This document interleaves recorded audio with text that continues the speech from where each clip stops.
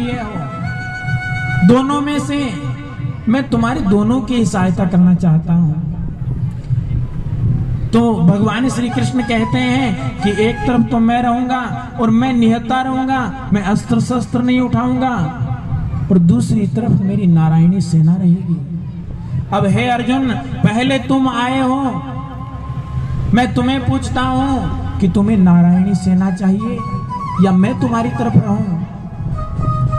तो अर्जुन ने हाथ जोड़ करके कहा कि हे भगवान, मैं नारायणी सेना से सहायता मांगने नहीं आया, मैं तो स्वयं नारायण से सहायता मांगने के लिए आया हूं। और जिस तरफ नारायण खड़े हो जाएं वहां पे असंख्य यदि नारायणी सेनाएं आ जाएं तो मैं उन्हें परास्त कर सकता हूं।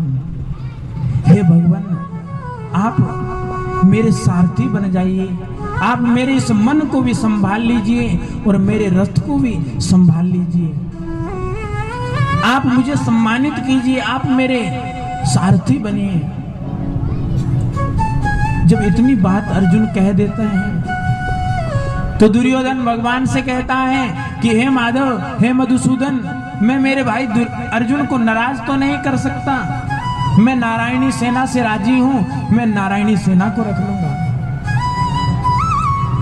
तो अब जो है दुर्योधन नारायणी सेना को लेकर के अपने शिविर में चला जाता है, और जो ही अपने शिविर में पहुंचता है तो बड़ा ही प्रसन्न है। आज सीधा ही जाकर के शकुनी से कहता है कि मामा श्री, मैंने तो अर्जुन को बहुत महान समझा था, बहुत विद्वान समझा था, किंतु उसमें तो अकल ही नहीं है। तो शकुनी ने कहा कि ऐसा क्या हुआ, आज बताओ।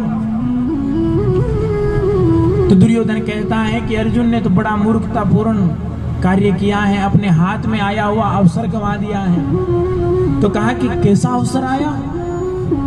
तो कहा कि अवसर ऐसा आया कि कृष्ण ने दो ऑप्शन रखे कि एक तरफ नारायणी सेना रहेगी, एक तरफ मैं स्वयं रहूंगा और मैं निहत्था रहूंगा।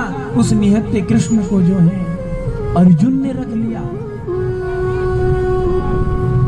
और अब निहत्था कृष्ण उसके साथ में है। तो शकुनी भी भगवान श्री कृष्ण की प्रशंसा के लिए कहते हैं कि अरे दुर्योधन, मूर्ख अर्जुन नहीं है, मूर्ख तो तुम हो जो कृष्ण को उधर छोड़ आए।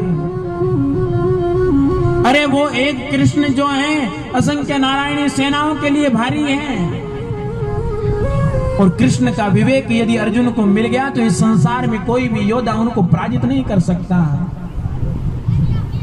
और कृष्ण की तो नीतियां इतनी अद्भुत हैं, इतनी दिव्य हैं कि कृष्ण की नीतियों के सामने तो मेरी नीति भी समाप्त हो जाती है।